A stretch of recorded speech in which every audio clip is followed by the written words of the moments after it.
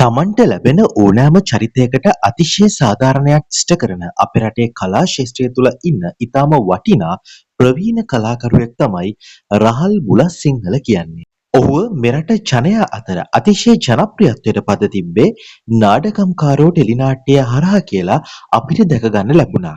ඒ කෝපිකඩෙන් පසුව එම ටෙලිනාට්‍යයේ ලොකු හාමුදුරුවන්ගේ චරිතය මගින් ප්‍රේක්ෂකයන් අතර විශාල ගෞරවයකට ආදරයකට පාත්‍ර වී සිටි ඔහු එම චරිතය ගැන කිව්වේ මෙන්න මේ වගේ කතාවක්. මම චරිතයකට එන්න කලින් චීවරයක් දරන්න කලින් හදවතින්ම පේවෙනවා.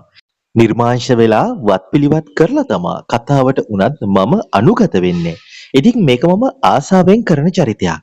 මේ චරිතයට ඉතාමත් හොඳ ප්‍රතිචාර ලැබෙනවා.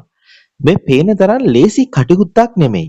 මටම අභියෝගයක් වුණ චරිතයක් නිසාම වෙන්නේ නැති මට ඒ තරම් ඒ චරිතයට අනුගත වෙන්න පුළුවන් වුණේ.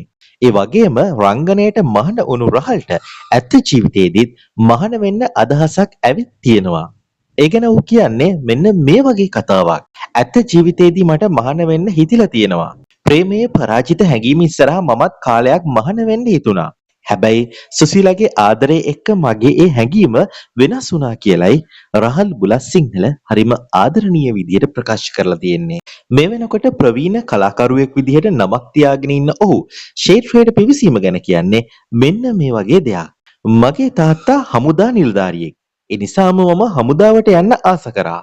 මම අවුරුදු 22ක බන්ධනාගාල නිලධාරියෙක් විදිහට රාජකාරී කරලා එයින් පස්සේ තමයි කලාවට එකතු වුණේ කියලා. අපි දන්නවා අද වෙද්දිත් ජනප්‍රියත්වයෙන් කිසිම අඩුවක් නැති ආදරණීය රංගන ශිල්පිනිය තමයි කෝපිකඩේ දයාවති. එහෙම නැත්නම් සුසීලා කෝට්ටගේ කියලා කියන්නේ. කෝපිකඩෙන් කෙතරම් නළු නිලියම් බිහි වුණත් සුසීලා කෝට්ටගේ තරම් ආදරණීය දයාවති තරම් අදට ජනප්‍රිය වෙච්ච චරිතයක් කෝපිකඩෙන් අපිට හිතා ගන්න බැරි තරම්. ඒ තරමටම ඇය නවීන තාක්ෂණයත් එක්ක නවීන ලෝකයක් එක්ක කලාවත් එක්ක ඇය අවතීර්ණ වෙලා ඇය ටෙලි නාට්‍ය එතකොට ඇය රියැලිටි වේදිකාව ඇය සිනමාව අතිශය සාර්ථක විදිහට ජයගත්තා. ඒ වගේම තමයි ඇගේ යුග ජීවිතයේදී ජීවන සහකරුවා සොයා ගැනීමේදී ඇය ඊටමත් සාර්ථක වෙලා කියලා අපිට කටපුරා කියන්නට පුළුවන්.